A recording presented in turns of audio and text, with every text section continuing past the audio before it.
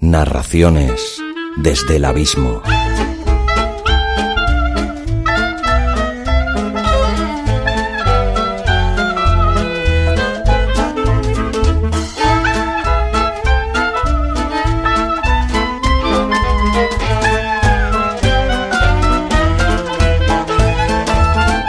Hola, abismeras y abismeros. Os doy la bienvenida a Narraciones desde el abismo, que hoy llega a su capítulo número 21. A los asiduos de este podcast, daros de nuevo las gracias por acompañarme programa tras programa y, a los recién llegados, espero que este programa os seduzca y optéis por suscribiros y entrar en la familia Abismo FM. Si eres de los recién llegados, decirte también que este es un programa que humildemente intenta darte a conocer a autores desconocidos y obras relegadas al abismo del olvido. Si tienes una narración olvidada en un cajón o un disco duro, o conoces a alguien que la tiene, no dudes en ponerte en contacto conmigo en contacto@abismofm.com. Podrás ver tu obra narrada en formato audio-relato en este podcast.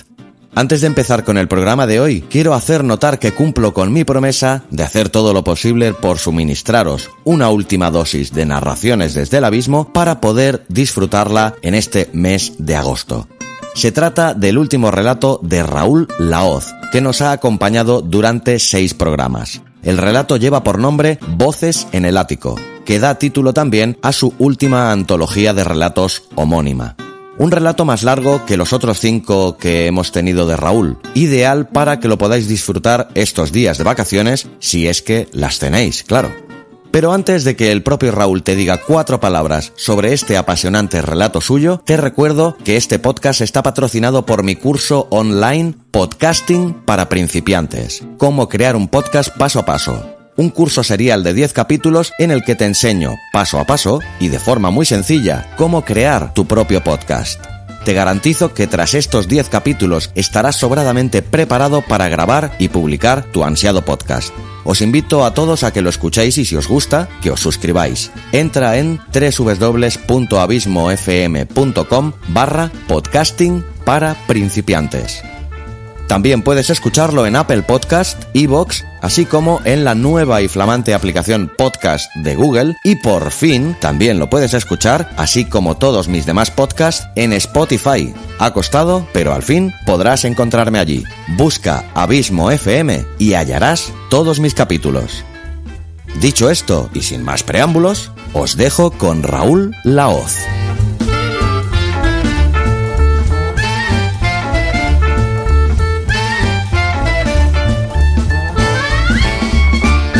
Y luego el último relato de Voces en el ático se titula también Voces en el ático, un poco auto-homenaje, y es un relato, la verdad es que es el más largo del libro, y mucha gente me ha dicho, joder, es de película, dice, esto es un guión de película, y digo, pues muchas gracias. Y me vino un poco así, ¿vale? Dice, mucha gente dice, me recuerda un poco como a Rec, ¿vale? Tiene ese componente sobrenatural y demás, y a mí me gustó porque es un... ¿Cómo te lo diría? Un poco lo que te comentaba antes de tú ves una película o lees un libro y dices, sobre todo a la que dices, ¡guau! Esto no lo haría así. Pues es un poco homenaje a todas esas películas de terror o todos esos relatos de terror que hemos leído para decirles, no es tan complicado hacer las cosas bien. Es decir, muchas veces hemos ido al cine a ver una película, por ejemplo, o una adaptación de un libro y dices, ¿pero por qué me dais tantas vueltas? Una de las cosas que explico en clase, otro de los leitmotivs que mis alumnos sacan hasta las narices de mí por decírselo, es el mostrar y no decir. No me digas, por ejemplo, en un escrito, Carla tenía miedo. No me digas que tenía miedo, porque el miedo es una palabra abstracta que para mí significa una cosa y para ti significa otra y para nuestro vecino y la persona que tenemos enfrente significa otra cosa. Di cómo muestra el miedo. Claro. Pues di que tenía las manos sudando, tenía un escalofrío, lo típico, un escalofrío por la espalda, no paraba de juguetear con un boli. Muéstrame ese miedo. No me lo digas. ¿Vale? Y entonces, este último relato, un homenaje también un poco a Stephen King y un poco a todos estos relatos de terror que he dicho. Se puede hacer cosas que den miedo, que sean intrigantes de una forma mucho más sencilla. Ese era mi pequeño homenaje. Y a ver que me gustó. Es un relato de los que más me gustó y dice, pues venga, se voy a recomendar a Xavi.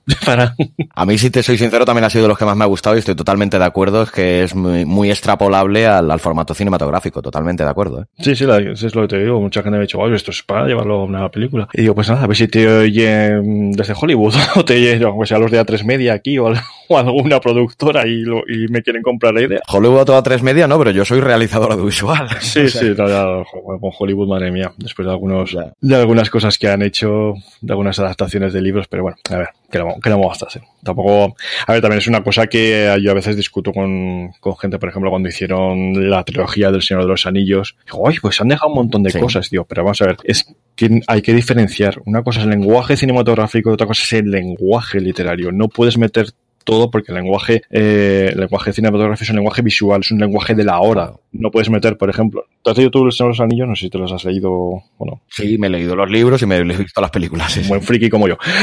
El Señor de los Anillos, los libros tienen muchas... las canciones y las poesías aquellas, ¿no? Las canciones, las poesías, tienen... bueno, no me sale la palabra exacta. Tolkien se explaya mucho a la hora de definir personajes y sobre todo a la hora de definir el entorno que les rodea a los personajes. Eso no lo puedes meter en una novela, lógicamente, y tienes que cortar, si no, claro, es que las películas, durarían 18 horas. Es que tienes que meter todas y cada una de las partes que se compone un libro. No, y además que en el género cinematográfico, para escribir un guión no puedes escribir pensamientos, se escriben acciones. Efectivamente, tienes que explicarlos mediante el hacer y no mediante el decir, que sí que en un libro puedes meter algo de decir, pero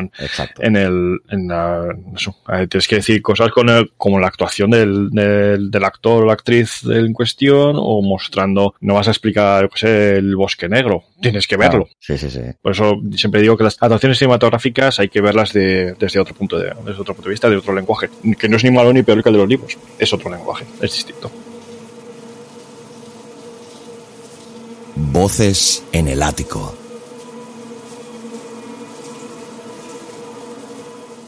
Carlos decidió que debería comprarse un traje de agua para la moto. Sintió algo de frío cuando por fin se subió a la puerta del garaje y pudo entrar. Su casco azul no tenía pantalla y se había mojado hasta la cara. Fue directo a su pequeña plaza, situada en una esquina del sótano -2 de la casa que estaba enfrente de la suya, en pleno barrio gótico de Barcelona. Se sacudió el pantalón de pana y la camiseta amarilla, pero ambas prendas decidieron seguir pegadas como garrapatas a su cuerpo. La lluvia, colándose por las grietas de la pared, empezaba a hacer diminutas charcas en los numerosos agujeros del suelo del aparcamiento, pero no podía pagarse nada mejor. Carlos quería vivir cerca de su trabajo, en el aeropuerto del Prat, pero el sueldo de un dependiente del fast food Tinos no podía estirarse más. Siempre encontraba confort en la idea de que por lo menos no tenía que pagar por la comida, ya que no había ni cámaras de seguridad ni supervisor en el trabajo que le controlaran. Pero al momento se sentía desgraciado, puesto que Malena ya no le esperaba en casa desde hacía 3 meses. Se querían, pero la vida les dio horarios distintos durante los 7 días de la semana, durante meses, durante 1 año y 58 días. De los fluorescentes que tenía encima de su cabeza, uno no funcionaba y el otro, quizá por simpatía, la humedad o la vejez, quiso acompañarlo en ese preciso momento. Volvió a maldecir su suerte cuando vio algo fugaz. Apretó con fuerza los párpados y, cuando los abrió de nuevo, la visión que había tenido ya no estaba. Pero si hubiera alguien al lado suyo, le habría contado que 2 ojos enormes, blancos como los de un niño asustado y con un iris negro, le habían estado observando desde el interior del coche de su vecino.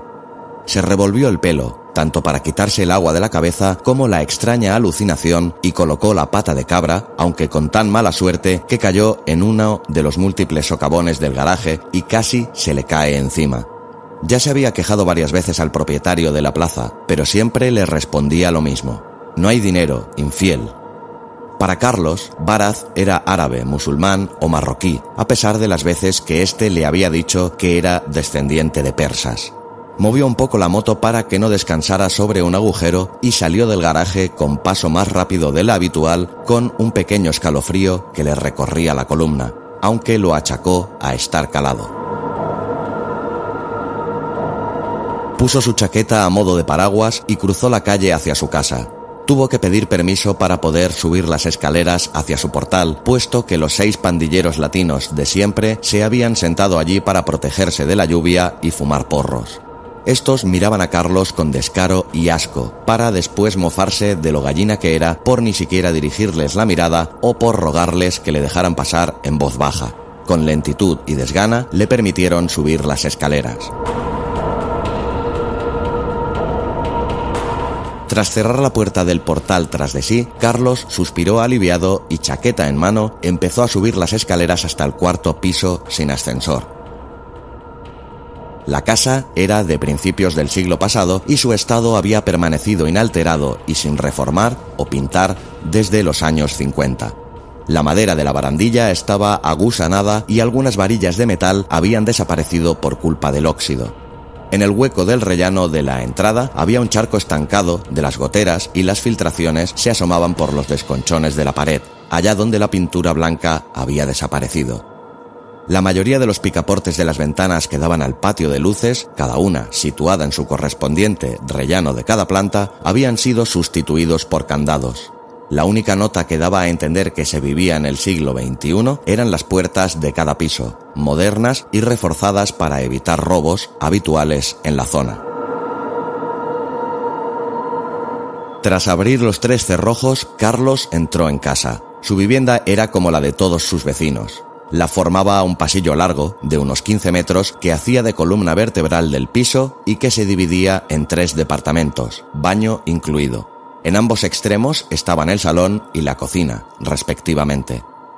Cerró con llave y 2 pasadores y se desnudó de camino al aseo. Tras una ducha con agua tibia, se puso el pijama de invierno, una bata, las zapatillas y se dirigió a la cocina. Los azulejos blancos reflejaban la luz de los fluorescentes de tal forma que la habitación parecía más grande, aunque a Carlos se le antojara más vacía. Se sentó en una silla cuyo respaldo de anea se soltaba por varios sitios. Pensaba en que hoy cenaría alguna cerveza, puesto que se le había olvidado el bocadillo y la lata de Pepsi que había cogido de su trabajo en el hueco debajo del sillín de la moto. No le apetecía lidiar en pijama ni con la lluvia ni con los delincuentes juveniles. Al final se fue a la cama con 2 cervezas adicionales, medio mareado y sin ganas de acordarse de Malena. Puso el despertador a las 6:30 y cerró los ojos. Un sonido como el de un trueno le despabiló a las 3 de la mañana. Se dio la vuelta y la luz del neón de la casa de citas del patio trasero le dio de lleno. Se levantó y bajó las persianas. Había dejado de llover. Regresó a la cama y continuó durmiendo.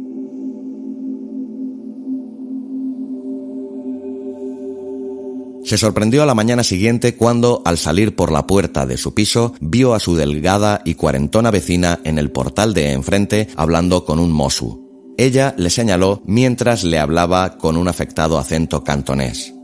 «Hola, Carlos». «Hola, Ley. ¿Qué pasa?», preguntó mientras se asomaba hacia el descansillo para ver el jaleo que había formado en el rellano entre algunos vecinos y agentes del SAMUR. «Buenos días», interrumpió el agente a Ley cuando estaba a punto de abrir la boca. «Usted es Carlos Viano, ¿verdad?» Sí. Permita que le haga unas preguntas. ¿Oyó o vio algo extraño ayer por la noche alrededor de las 4 de la mañana? Pues no, la verdad. ¿Sucede algo? ¿Conocía a alguno de los chicos que me comenta su vecina que suelen quedarse en la entrada de la vivienda? Los latinos, me refiero. No, agente. Nunca suelo cruzar una palabra con ellos. ¿No lo oíste ayer, Carlos? El mosu suspiró por la intromisión de la vecina. ¿El qué, Ley? Al vecino de arriba. Dio un golpe grande en el suelo, así. ¡Pum! Hizo un gesto con las 2 manos como si aplaudiera. Ni sabía que había alguien viviendo en el ático. Pensaba que estaba deshabitado. El agente iba a reprender a Ley por la intromisión cuando fue llamado por radio para que se personara en la entrada. ¿Va a trabajar ahora, señor Viano? Este asintió con la cabeza. Muy bien, uno de estos días pasaremos a hacerle unas preguntas. Buenos días. Mientras el agente bajaba, Ley le contó que la viuda del principal izquierda había encontrado muerto allá a las 6 de la mañana a uno de los chicos latinos en el portal de entrada a la vivienda, que al principio le había parecido que estaba sentado, pero que cuando le había golpeado con su bastón, este se derrumbó y vio cómo donde debía estar su vientre solo había un hueco rojo. Como último detalle escabroso le contó que se podía ver su columna vertebral perfectamente. Visiblemente asqueado, Carlos se despidió sin mucha educación y bajó esquivando al resto de vecinos, todos ancianos, que estaban asomados al hueco de la escalera, cautivados por el interés, el morbo o las dos cosas.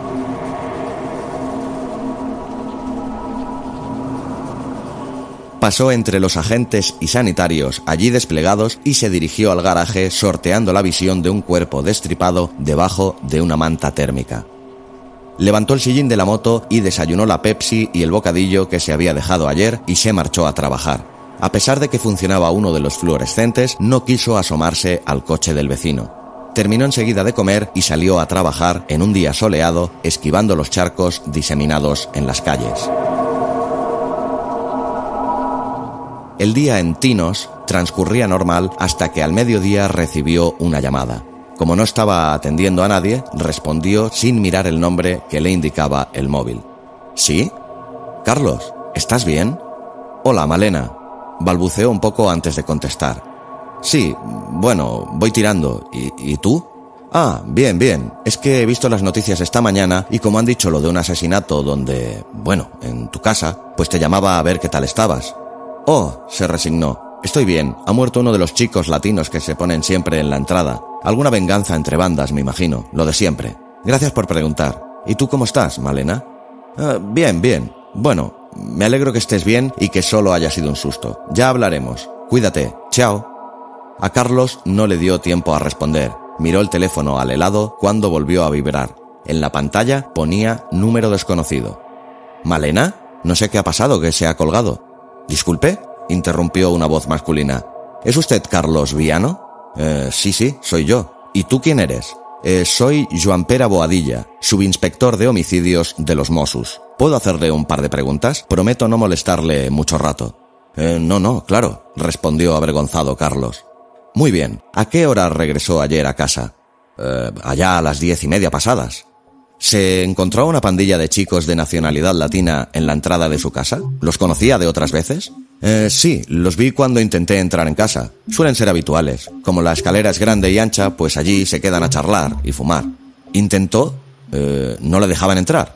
Sí, bueno, es que son muchos y se ponen en medio, y suelo tener que pedirles permiso para entrar. Ah, ya veo. Qué pesados, ¿no? ¿Están ahí siempre o solo algunos días de la semana?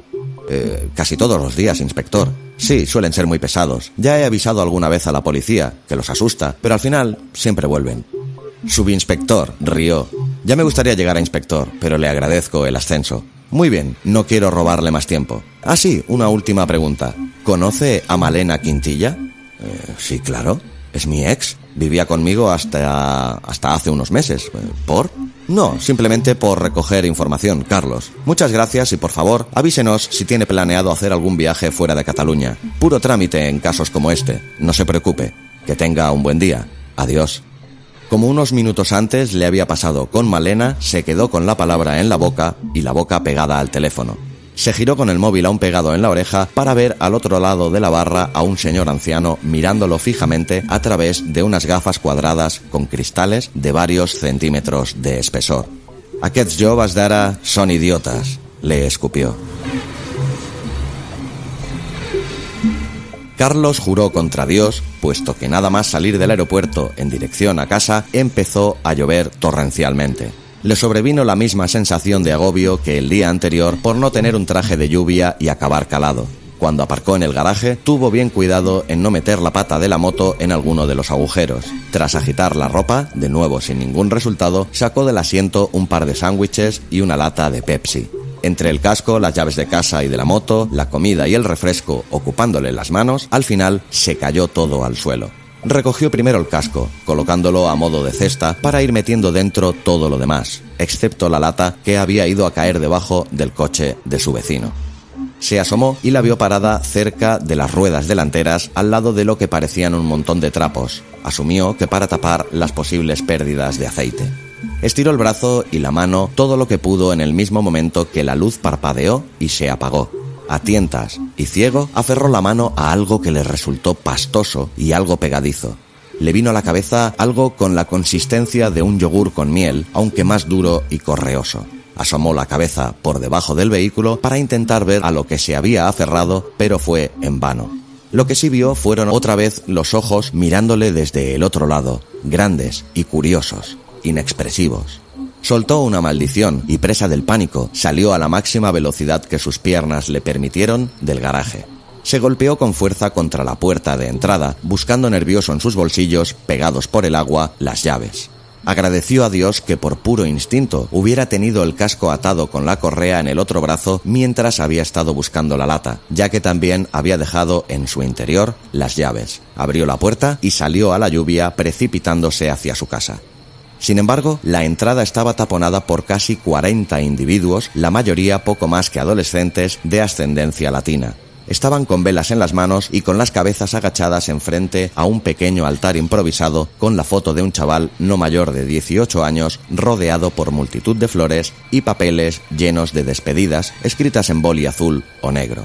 Carlos, nervioso, se metió por en medio pidiendo perdón y los pandilleros se quedaron mirándole como si fuera un elefante en medio de una cacería africana. Cuando casi estaba a punto de llegar al portal, una mano firme le sujetó por el hombro izquierdo. «¿Qué llevas ahí, pringado?», le espetó el que parecía más alto y corpulento. Nada», tartamudeaba Carlos. No sabía ya por qué clase de miedo. «Solo mi casco con las llaves y un par de bocatas». «No, en la otra, imbécil». Miró su mano derecha, horrorizado. Estaba roja, goteando agua y sangre y enroscada en su muñeca un fragmento de carne largo y lleno de pliegues circulares, un trozo de intestino delgado. Apoderado por el pánico, ni se había percatado de que tenía enganchado ese horror. Alguno de los allí presentes gritó mientras le señalaban acusadoras y antes de que Carlos se diera cuenta, ya le estaban sujetando entre 4. El más fuerte, que parecía el líder del grupo, desplegó lentamente, a propósito, una navaja de unos 15 centímetros de longitud de hoja con varias muescas y símbolos. «Hijo de la gran puta, dinos ahora mismo qué pasa aquí y por qué le hiciste eso a nuestro hermano Diego, o juro por la gran concha que te saco las tripas aquí mismo». Carlos notó la punta empezando a clavarse justo debajo del esternón cuando un grito surgió de entre la muchedumbre. «¡Putos! ¡Que vienen los Mossos!». Un coche patrulla apareció por la esquina de la corta calle y la mayoría de los allí congregados huyeron en dirección contraria, excepto el líder y 2 de los que sujetaban a Carlos. El primero guardó con ensayada rapidez el arma ante la llegada de la policía, pero no dejó ni por un momento de mirar con frialdad a los ojos de Carlos. «¿Qué sucede?», preguntó uno de los agentes al bajar del coche. «Mire, Poli», levantó bruscamente el brazo de Carlos con el resto humano. «Este hijo de puta fue el que mató a mi hermano Diego». «A ver, cálmense todos. Vosotros soltad a ese hombre y apartaos de aquí. Venga, rápido. Usted, ¿puede enseñarme lo que lleva en la mano izquierda, por favor?». Los siguientes momentos fueron solo flashes de recuerdos para Carlos. La llegada de sanitarios, de más policía, la banda increpándole desde 2 calles más arriba, un agente retirándole con unas pinzas el terrible brazalete sanguinolento y de ir escoltado hacia el garaje. Empezó a tener algo de control sobre sí mismo cuando estaba de pie, al lado del subinspector Boadilla, a escasos metros del coche de su vecino, mientras agentes y sanitarios empezaban a sacar restos orgánicos de debajo del vehículo. La realidad le golpeó con tanta fuerza que vomitó todo lo que había en su estómago sobre el pavimento roto del garaje. «Calma, calma, es normal, tome un par de pañuelos. Por cierto, ¿le importaría dejarme las llaves de su apartamento?». «¿Perdone?», preguntó Carlos confundido. Hemos pedido registrar su piso al juez de guardia y en breve nos dirá que sí. Es solo por acelerar el proceso». Sonrió. «Bueno, yo... ¿podría ir con usted? No me encuentro bien aquí, la verdad». «Por supuesto. Vamos». Haciéndole un gesto de acompañamiento salieron a la calle tomada por un cordón policial, vecinos cotillas, pandilleros increpándole y las primeras cámaras grabando. Subió con otro agente y el subinspector hasta su apartamento mientras percibía cómo los otros residentes vigilaban detrás de las mirillas de sus respectivas puertas. De repente, la agente cogió la radio y se dirigió al subinspector. «Señor, no hemos encontrado todavía ningún registro que indique quién es el dueño de la plaza». La puerta de enfrente del piso de Carlos se abrió y una mujer china salió disparada de allí aspeando los brazos como si su respiración fuera en ello. «Yo conozco dueño, sí, es Varaz no sé qué, me alquiló la casa mía, sí, tome, tengo contrato». «Gracias», se sorprendió la policía mientras recogía el papel que había aparecido casi por arte de magia en las manos de Ley. «¿Puedo quedármelo unos minutos mientras comprobamos el nombre?». «Sí, pero devuelva pronto, ¿eh?». Boadilla miró a Carlos como si necesitara pellizcarlo para saber que no estaba soñando esa situación tan bizarra. Sí, claro, enseguida se lo devolveremos, respondió el subinspector. Karma, haz una copia en el furgón y se lo traes a la señora cuanto antes, ¿de acuerdo? La agente afirmó mientras Boadilla y Carlos entraban en el apartamento. Leigh los seguía con la vista. Carlos permaneció sentado en la silla de la cocina mientras una coral de agentes aparecía, preguntaba, iba, volvía y fotografiaba cada pequeño rincón de la casa. Así durante casi 2 horas. Lo único que sacó claro fue que se llevaron su portátil y que Leigh fue muy amable al traerle un té amargo a pesar de que tuvo que discutir contra todos los agentes que se le fueron cruzando en su camino hasta poder dárselo.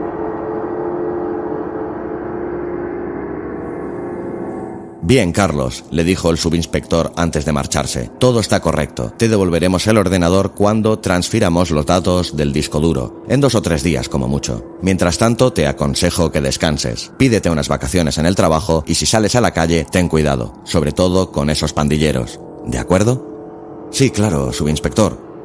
Buenas noches. Cerró la puerta con desgana, se duchó y se tumbó desnudo encima de la cama. Se durmió incluso antes de pensar en Malena.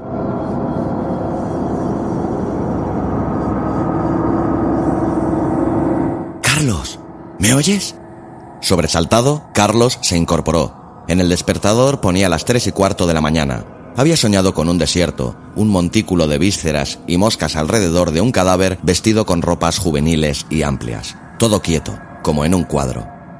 Miró a su alrededor. El neón de enfrente parpadeó y se apagó de improviso. Tenía frío y se puso los calcetines del día anterior y el pijama. Le había parecido escuchar algo y se quedó quieto sin hacer ningún ruido. Carlos, ¿me oyes? Esta vez sí que se había enterado de la voz que susurraba, y la reconocía. ¿Malena? Oyó cómo lloraba y se puso en pie, rebuscando el origen de los lamentos por todo el dormitorio, frenético y asustado. ¿Dónde estás?, gritó varias veces. No tuvo respuesta, cerró los ojos y calmó su respiración. Intentó concentrarse en la fuente del sonido. Le pareció oír algo parecido a un no ahogado y después nada. Desesperado, volvió a gritar, pero no obtuvo respuesta. No sabía qué hacer. Quiso coger el móvil y llamar a la policía, pero pensó que quizás lo detendrían por chiflado. Quizás Leigh le podría ayudar, pero era muy tarde. Agobiado, apoyó la frente en el frío cristal de la ventana. Enfrente, justo encima del cartel de neón apagado, los 2 ojos, mirándolo, impertérritos a nada más. Entonces, una voz surgió del techo. ¡Daeva! Era fuerte, retumbante, con un claro acento extranjero, pero inclasificable. Carlos miró hacia arriba, volvió la vista hacia el exterior, pero ya no había nada y el cartel volvió a brillar. Se quedó de pie durante un buen rato, indeciso, extrañado y muy asustado. Un par de horas después, se vistió, salió de casa y subió las escaleras. Nunca había ido arriba. La luz del rellano no funcionaba allí. La ventana al patio de luces estaba tapiada y había una única puerta en el ático. Estaba ahí, plantado, cuando decidió llamar al timbre. No funcionaba. Golpeó la madera, pero no obtuvo respuesta. Repitió la acción, con el mismo resultado. Cansado y confuso, bajó hacia su casa cuando una figura delgada surgió de las sombras y se interpuso en su camino. ¿Qué pasa, Carlos? He oído golpes y voces.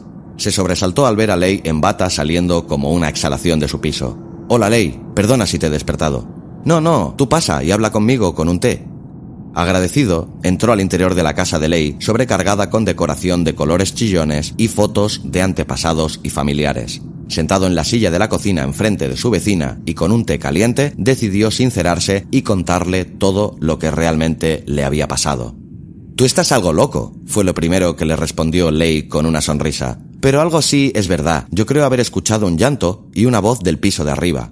«Gracias, Leigh. Pensaba que ya estaba perdiendo la cabeza por completo. Por cierto, qué raro que solo haya una puerta en el ático, ¿no?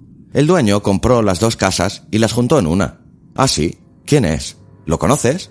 «Sí, claro. ¿Tú también?» «Es Varaz. Es dueño de casi 3 manzanas de pisos. Muy rico y muy agarrao». Acompañó la última palabra con un gesto exagerado de cerrar el puño que hizo reír a los 2.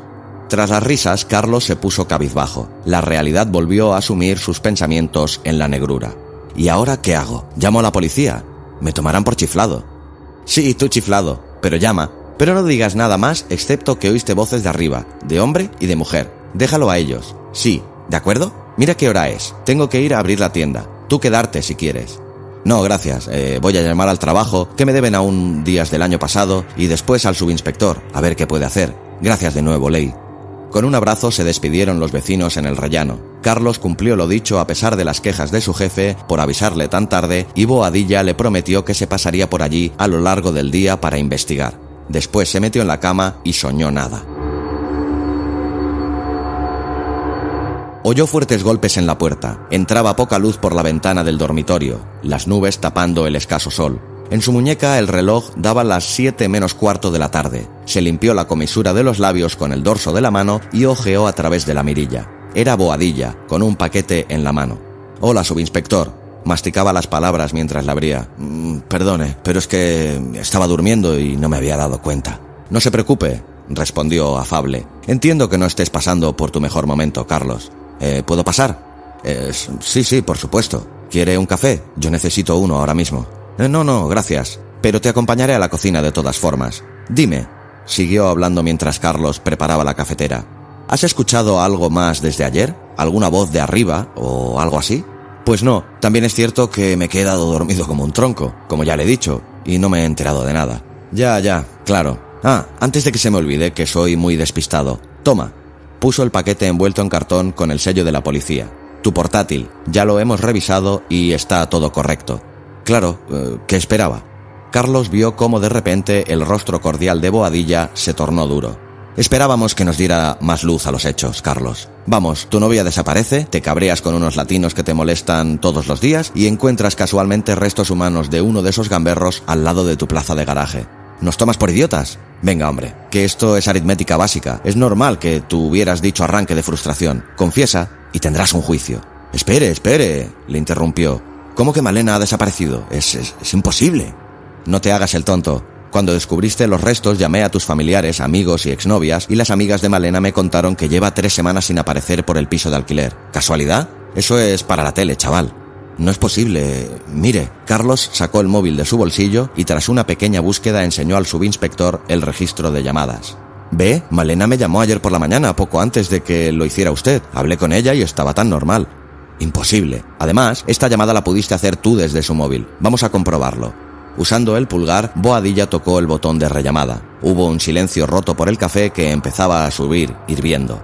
El subinspector le hizo un gesto brusco para que apartara la cafetera del fuego. Carlos obedeció mientras el policía se ponía en pie y salía corriendo hacia el dormitorio con el joven detrás. «Se oye aquí, joder. Carlos, ¿dónde está el teléfono y dónde está Malena?» «Le juro que no lo sé. Yo solo le digo lo que oí la pasada noche y que ayer por la mañana hablé con ella. Créame». Carlos estaba visiblemente afectado y Boadilla sacó la pistola de la funda. Sin apuntarle, empezó la búsqueda. El teléfono dejó de sonar y volvió a rellamar. «¡Joder!».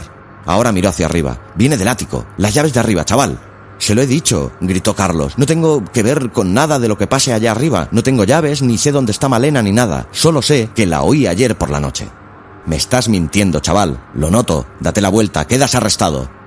Carlos intentó resistirse, pero la experiencia y mayor fuerza del subinspector hizo que éste al final le pusiera las esposas. Lo colocó delante de él y cuando iban hacia la puerta de entrada se apagaron las luces de la casa. «No», sollozó Carlos. Boadilla se le acercó para preguntar qué sucedía cuando él también lo vio. Al otro lado del pasillo, en la cocina, encima de la mesa. Un par de ojos grandes, abiertos, se movían rítmicamente de un lado a otro de la mesa, pero sin dejar de observar a los dos hombres. El subinspector notó que las piernas le temblaban y cómo empezaba a tener escalofríos. Sin decir ni una palabra, cogió a Carlos de las esposas y empezó a tirar hacia él. Ambos caminaron hacia atrás, despacio. Los ojos bajaron del tablero y se oyó el rugir de la madera al destrozarse, muy probablemente, la vieja silla de Anea. Los dos echaron a correr hacia el dormitorio. Una vez allí, cerraron la puerta y el subinspector la atrancó con la mesilla. Al otro lado se oían arañazos en el pasillo como si unas tijeras estuvieran rascando el grés del suelo. «Ayúdame con la cama, Carlos». «¿Cómo? Si tengo las manos atadas, joder». El subinspector sacó la llave y estuvo a punto de caérsele un par de veces antes de desatar finalmente a Carlos. Al momento, el uno y el otro empujaron la cama contra la puerta justo en el instante en que se oían los rasponazos subiendo por la misma. «¿Qué coño es eso, Carlos? ¿Qué coño es eso?» «No lo sé, hostias. Lo he visto varias veces, pero siempre he huido o ha desaparecido, pero es que ahora... ¡Joder! sonó un fuerte golpetazo contra la puerta y ésta empezaba a combarse, como si un gran peso se hubiera depositado en ella. De repente, volvió a oírse por toda la habitación la misma voz profunda que Carlos escuchó la noche anterior. ¡Daeva! Los ruidos cesaron y la madera volvió a su estado normal. Los hombres se miraron entre sí y al minuto encontraron el valor para colocar de nuevo los muebles en su lugar y abrir la puerta. La luz regresó a las bombillas del pasillo y la cocina, suficiente para ver un rastro de 6 surcos en las baldosas del corredor y los restos destrozados de lo que hace poco rato era una silla. Carlos volvió la vista para ver las mismas 6 muescas en la puerta del dormitorio. Con paso calmo y sin decir una palabra, se dirigieron hacia la cocina. Cuando estaban a mitad de recorrido, un fuerte golpe les sobresaltó. ¿Qué pasa ahí? Carlos, ¿tú bien? He vuelto a oír la voz de arriba. ¡Ábreme, por favor! El joven suspiró y dejó entrar a Leigh. Los 3 estaban de pie en distintas paredes de la cocina. Carlos les había preparado café, pero a todos les pareció grueso y áspero. Boadilla tuvo que sujetar su tazón con las 2 manos para evitar el temblor que le recorría todo el cuerpo.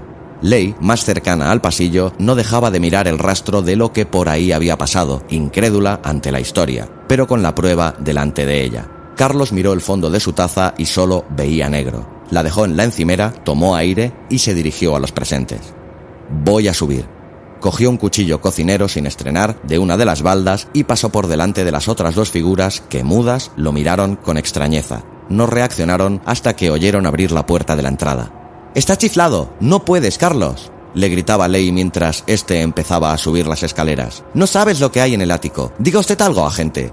«Chico, ella tiene razón. Déjame llamar a Central y algo se me ocurrirá y traerán refuerzos. No sé, que hemos oído la voz de Malena o un asalto o lo que sea, pero no vayas».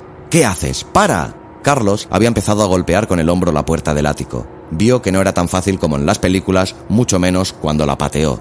No cedía ante sus embistes, pero él persistía a pesar del fuerte dolor que le causaba cada asalto. Mientras Leigh le increpaba para que parara, el subinspector lo agarró por detrás y le obligó a volverse. Algo se revolvió en su interior cuando vio los ojos casi llorosos y el gesto de determinación en el rostro del joven. Al momento, pateó la puerta justo donde la cerradura. Carlos se iba alternando con él hasta que a los pocos minutos la puerta cedió, lenta. Cayó polvo por los goznes y trozos pequeños de la jamba al suelo. Leigh, mientras, se asomó por el rellano para calmar mediante gritos a los vecinos que habían salido a ver el origen de los ruidos, inventándose que era un año nuevo chino, a pesar de estar en abril. Boadilla sacó la pistola y una linterna pequeña de su chaqueta. Empuñando las 2 enfrente suyo, entró en el ático, que estaba oscuro. Le seguía Carlos y detrás Leigh, agarrada al brazo de este último. Lo primero que les vino fue un olor pesado, una mezcla a hierbas y huevos podridos que se les quedó atascado en las fosas nasales. A Leigh le dio al principio hasta arcadas, pero continuó a pesar de todo. El pasillo tenía el papel de las paredes rasgado y roto, un antiguo desfile de flores que ahora parecían haberse marchitado. No había muebles y las puertas de las 3 habitaciones tenían símbolos extraños pintados en rojo en cada una de ellas. En uno de los extremos estaba lo que debía ser la cocina, ahora poco más que ruinas, puesto que la mesa de madera estaba volcada y la mayoría de los azulejos blancos yacían rotos en el suelo. Se asustaron cuando la luz de la linterna saltó al otro lado del pasillo. Había 3 figuras alineadas en el extremo, inmóviles. «Es solo un espejo», les tranquilizó Boadilla. Se dirigieron a la cocina con paso calmo. La ventana estaba tapiada con ladrillo y la escasa iluminación que tenían no les dio para ver nada extraño, salvo el lamentable estado del lugar y unas marcas horizontales a la misma altura en las 4 patas de la mesa. Salieron de allí para, casi reverencialmente, abrir despacio la primera puerta del pasillo. La pestilencia era casi insoportable. El cuarto contenía tan solo un camastro con un único colchón y sábanas viejas y llenas de restos de lo que parecía sangre coagulada e inmundicias humanas. En el suelo, otro símbolo pintado en rojo, igual que el de la puerta. En las otras 2 habitaciones encontraron la misma escena nauseabunda que en la primera. Al salir de la última, Leigh señaló al techo. Colgados por doquier en el artesanado, había decenas de ambientadores de coches, algunos ya marrones del tiempo, que llevaban allí suspendidos. Dedujeron que de ahí venía el olor a hierbas que disimulaba a la vez que se mezclaba con el olor a detritus de las estancias. Se dirigieron al espejo, el cual tenía un marco de madera que en su día debió ser dorado, puesto que ahora se veía casi desnudo el chopo del cual fue tallado. Boadilla lo levantó un poco para mirar detrás de él, pero no encontró nada. Se encogió de hombros mientras hablaba con los otros 2 acompañantes. ¿Qué hacemos ahora? No he visto nada raro en el espejo ni hemos encontrado nada en la cocina o las habitaciones. Boadilla inspeccionó esta vez alrededor del espejo, pero no encontró marcas ni ningún otro signo que le hiciera sospechar de un posible pasaje escondido. Carlos le quitó la linterna. «Mirad». Enfocó la linterna en el papel rajado y después al espejo, un par de veces. Luz reflejada, nada, luz reflejada, nada. «Es el espejo», confirmó al subinspector y a su vecina.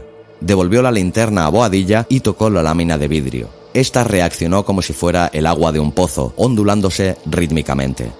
Carlos retiró la mano, que la notaba casi rígida, para al momento pasar una pierna y después su cuerpo a través de la superficie con los ojos cerrados. Jamás había sentido su piel tanto frío, ni siquiera en algunos días duros de invierno en los que no funcionaba la calefacción central. Estaba entumecido, como si se hubiera revolcado desnudo por la nieve durante varios minutos. Se dio la vuelta mientras se abrazaba a sí mismo en un intento por calentarse. Había un espejo en las mismas condiciones, pero no le reflejaba a él, sino a 2 figuras en sombra que se movían de un lado a otro como expectantes. Al momento, esas 2 formas se transformaron en Boadilla y Ley, atravesando la superficie acuosa del espejo, cogidos de la mano. Los 3 tiritaban mientras el vaho les salía por la boca, huyendo.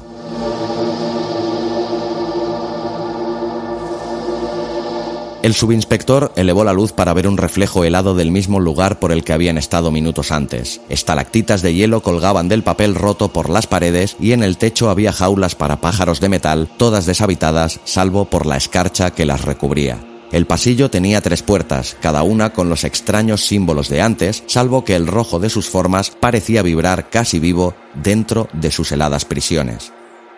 Por miedo o por reavivar sus músculos adheridos por el frío, empezaron a caminar hacia la cocina, alejándose de los glifos antinaturales de las habitaciones al pasar por su lado. Cuando llegaron a destino descubrieron que la cocina no era una cocina. El cuarto era antinaturalmente grande y provenía una extraña luz azulada desde las esquinas que se reflejaba en el hielo repartido por doquier. Una mesa de mallo llena de instrumentos quirúrgicos tintados de óxido descansaba al lado de una mesa grande de madera vuelta al revés. De las 4 patas salían cuerdas a media altura que se escondían debajo de una sábana gris y mal remendada. Los 3 se miraron sin saber bien qué hacer hasta que Carlos, cansado y congelado, retiró de un solo tirón la cubierta desvencijada. Fue revelado el cuerpo escarchado de una mujer que no llegaba a la treintena, con los pechos descubiertos y con horribles marcas en su abdomen. A Boadilla le parecieron similares a los símbolos que habían visto en las puertas. Carlos se lanzó hacia ella. «¡Malena! ¡Despierta! ¡Despierta!». La empezó a zarandear, mientras Ley la cubría con su chal rosa. Boadilla sacó una navaja y empezó a cortar las cuerdas, empezando por los tobillos. Para cuando cortó la última atadura, Malena se despertó y empezó a tiritar. Miró a su alrededor como si fuera la primera vez que viese a congéneres suyos y, sollozando, se abrazó a Carlos. «¡Has venido!», dijo en un susurro. «¿Oíste mi voz?». «¡Mierda!», gimió Boadilla. La luz de la linterna empezó a parpadear hasta que desapareció. Ley gritó mientras señalaba en dirección al pasillo por el que habían venido. La puerta más cercana al espejo empezó a abrirse con un crujido doloroso, como si la madera se resistiera a mostrar su interior.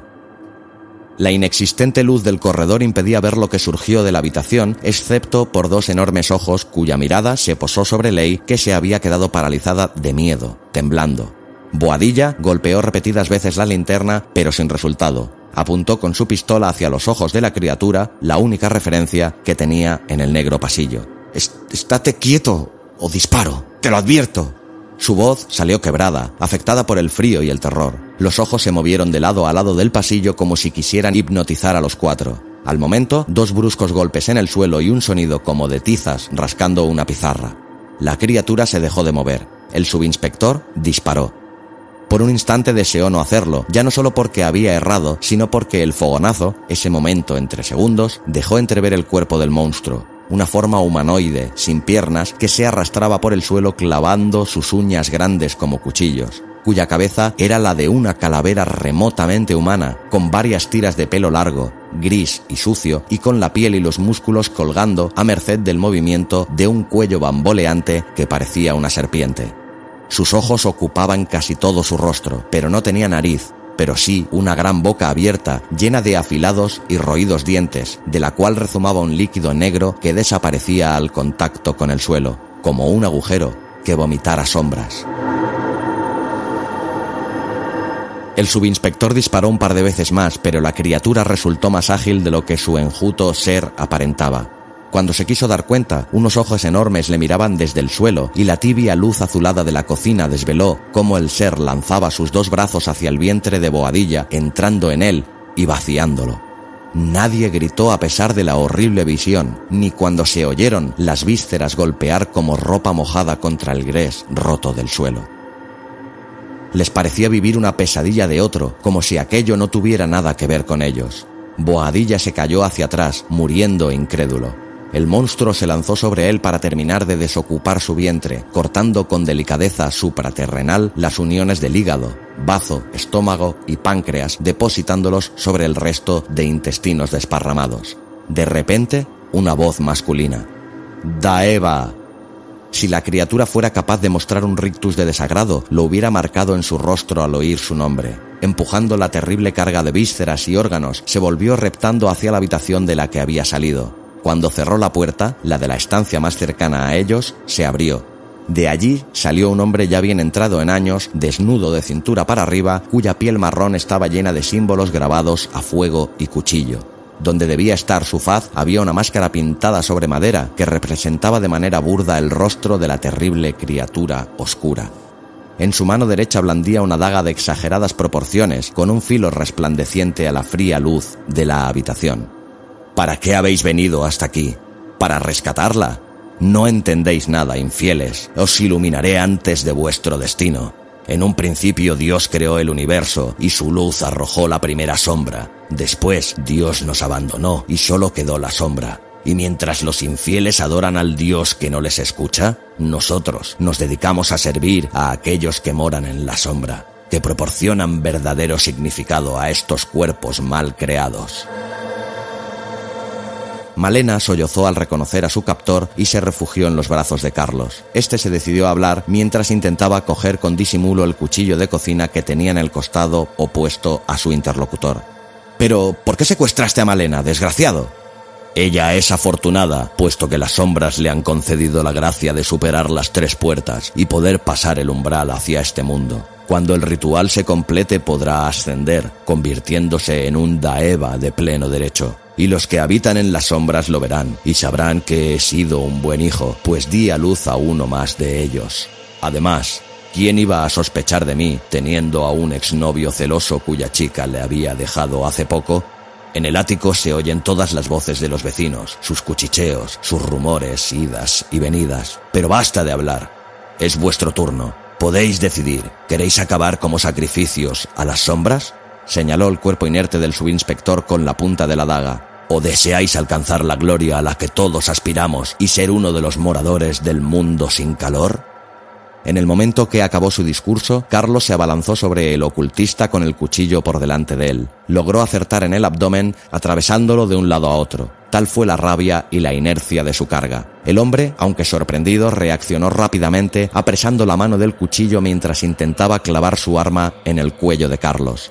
Este, a su vez, también agarró el brazo del fanático y ambos empezaron a forcejear para librarse del control de su adversario.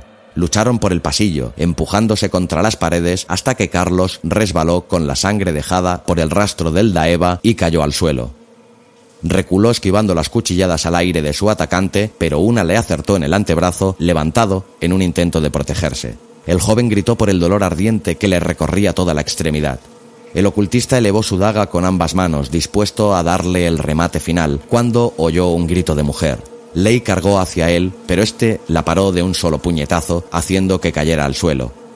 La distracción fue suficiente para que Carlos se incorporara, abalanzándose con todo su cuerpo sobre el de su atacante. El golpe fue tan terrible que rompió la pared justo en el lugar donde debería de haber estado la puerta de entrada. El rostro de Baraz, ya libre de su máscara, permanecía boca abajo, su cuerpo encima de una pila de ladrillos rotos. Carlos levantó a Leigh para después buscar a Malena, que permanecía de pie junto al cuerpo inerte de Boadilla, mirándolo como si esa situación no fuera con ella. Mientras le ayudaba, Leigh se asomó al otro lado del muro y empezó a gritar, espantada.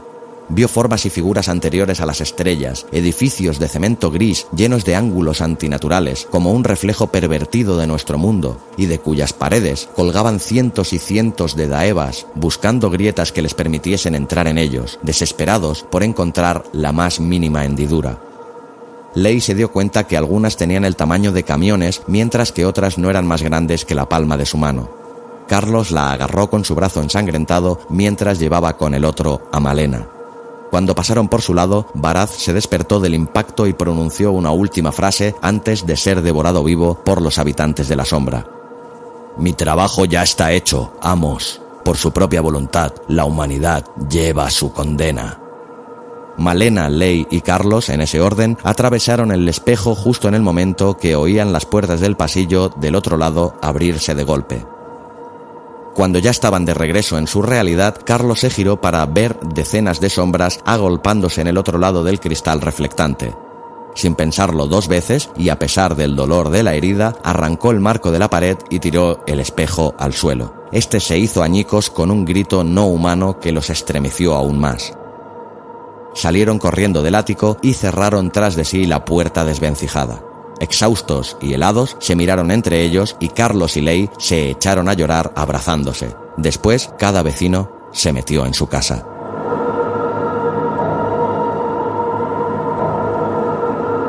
«Carlos, ¿me oyes?».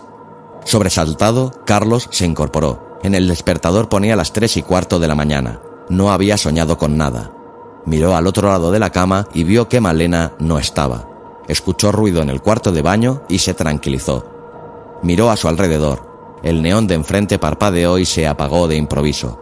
Le pareció escuchar algo y se quedó quieto sin hacer ningún ruido. «Carlos, ¿me oyes?». Esta vez sí que se había enterado de la voz que susurraba, y la reconocía. Era Boadilla. Su voz sonaba con un eco particular, como una conversación desde un móvil con manos libres. Entonces se acordó de la llamada de Malena que había recibido el día anterior. Oyó los pasos de esta tras apagar la luz del cuarto de aseo. Carlos encendió la luz de la mesilla. Su chica estaba desnuda en el marco de la puerta, mirándole curiosa. Carlos apagó poco convencido la luz y donde hace un momento estaba Malena, ahora solo había oscuridad, excepto por dos ojos enormes mirándole fijamente. Una voz dura surgió de la visión. «Ella se nos dio voluntaria por ti. Puedes agradecer que serás el primer y el último testigo de lo que os va a suceder, infieles». Carlos lloraba mientras el sonido de tijeras raspando el suelo empezó a sonar por el pasillo y después por los rellanos del edificio.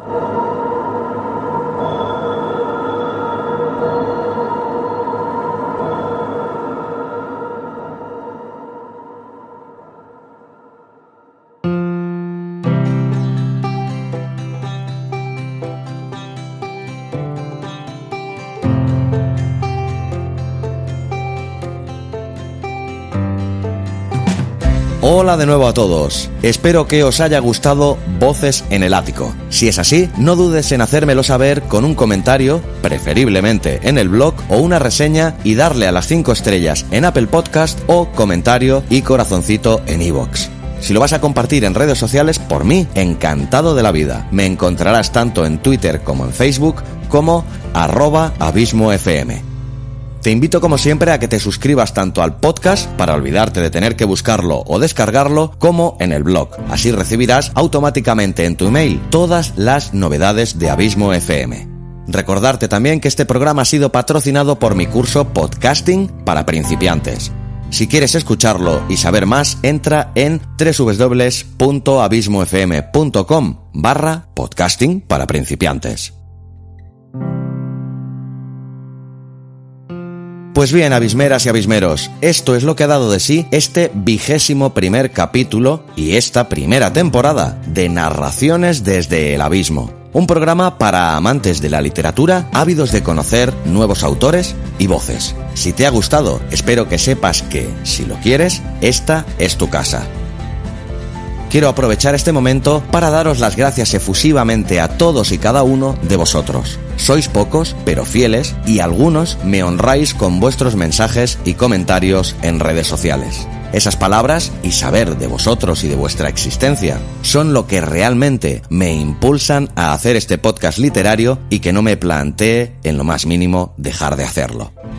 Esta primera temporada de Narraciones desde el Abismo ha sido muy intensa. Han sido 21 capítulos, 5 autores diferentes y muchas horas de audio y relatos desde que este proyecto viera la luz a mediados del pasado mes de diciembre. 7 meses muy intensos, pero muy gratificantes. Gracias de nuevo. Y como siempre digo que no me canso de recomendar la lectura, dedico la última frase del programa a una frase famosa o de algún autor célebre para que te animes a leer si no lo haces nunca o a que leas más si lo haces muy poco. No olvides que además, si no tienes tiempo para leer o simplemente no te gusta, gracias al podcast, ahora puedes escucharlo. La frase de hoy se la debemos a Giovanni Papini, un escritor italiano del siglo pasado. Como curiosidad, decir que Papini era inicialmente ateo y escéptico, pero que, posteriormente, pasó a convertirse en un fervoroso católico. Cuanto menos curioso. Pues bien, la frase dice lo siguiente: cuando era joven, leía casi siempre para aprender. Hoy, a veces, leo para olvidar. Os deseo que tengáis un verano fantástico y por encima de todo, que nos veamos a la vuelta.